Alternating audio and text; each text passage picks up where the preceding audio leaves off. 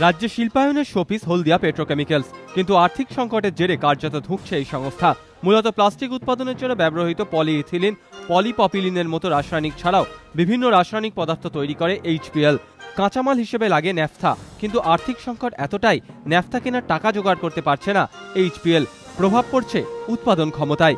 HPL এর পূর্ণ উৎপাদন ক্ষমতা প্রতি ঘন্টায় 250 টন, কিন্তু দীর্ঘদিন ধরেই ন্যাফথার অভাবে সেই উৎপাদন ক্ষমতা প্রতি ঘন্টায় 180 থেকে 190 টনে নামিয়ে আনে কর্তৃপক্ষ। মঙ্গলবার থেকে কর্তৃপক্ষ উৎপাদন ক্ষমতা একেবারে 50% কমিয়ে ফেলার সিদ্ধান্ত নেয়। এর ফলে এইচপিএল এর উৎপাদন ক্ষমতা দাঁড়ালো প্রতি ঘন্টায় 125 টন। সমস্যার কথা স্বীকার করে এইচপিএল এর ম্যানেজিং ডিরেক্টর সুমন্ত্র চৌধুরী জানিয়েছেন, ন্যাফথা কেনার জন্য প্রতিদিন 30 কোটি টাকা প্রয়োজন, কিন্তু 30 সেপ্টেম্বরের মধ্যে সংস্থাকে ঋণের সুদ শোধ করতে 120 কোটি টাকা দিতে হবে।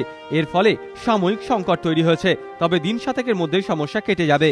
যদিও পেট্রোকেমিক্যাল শিল্পের সঙ্গে যুক্ত বিশেষজ্ঞরা এই যুক্তি মানতে নারাজ। তাদের মতে বেশ কিছু সমস্যায় জর্জরিত এইচপিএল। তারা মনে করেন, কয়েক বছর ধরে জাতীয় ও আন্তর্জাতিক বাজারে পেট্রোকেমিক্যালস পণ্যের চাহিদা কমছে। এর প্রভাব পড়ছে হলদিয়া পেট্রোকেমিক্যালসেও। আইওসি, রিলায়েন্স, গেইলের মতো সংস্থার সঙ্গে বাজার ধরার প্রতিযোগিতায় পেরে উঠছে না এইচপিএল। এই সংস্থাগুলি মন্দার বাজারে কিছুটা কম দামে পণ্য বিক্রি করছে, কিন্তু চরম আর্থিক সংকটের মধ্যে দিয়ে চলা এইচপিএল কর্তৃপক্ষের সেই ক্ষমতা নেই। এই পরিস্থিতিতে উৎপাদন ক্ষমতা কমাতে গিয়ে হিতে বিপরীত হচ্ছে বলে মনে করেন বিশেষজ্ঞরা। তাদের মতে এর ফলে উৎপাদন খরচ তুলনায় বেড়ে গিয়েছে।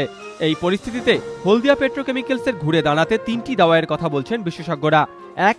পূর্ণ ক্ষমতায় উৎপাদন শুরুর মতো পদক্ষেপ কর্তৃপক্ষকে নিতেই হবে। 2. উৎপাদিত পণ্য পুরোটাই বিক্রি করার মতো বাজার ধরতে হবে এইচপিএলকে। সেই সঙ্গে উৎপাদিত পণ্য পুরোটাই বিক্রির জন্য উদ্ভাবনী কৌশল গ্রহণ করতে হবে এইচপিএলকে। 3. ন্যাফথা কেনার টাকাও জোগাড় করার মতো অর্থবল পেট্রোকেমিক্যালস কর্তৃপক্ষকে তৈরি করতে হবে।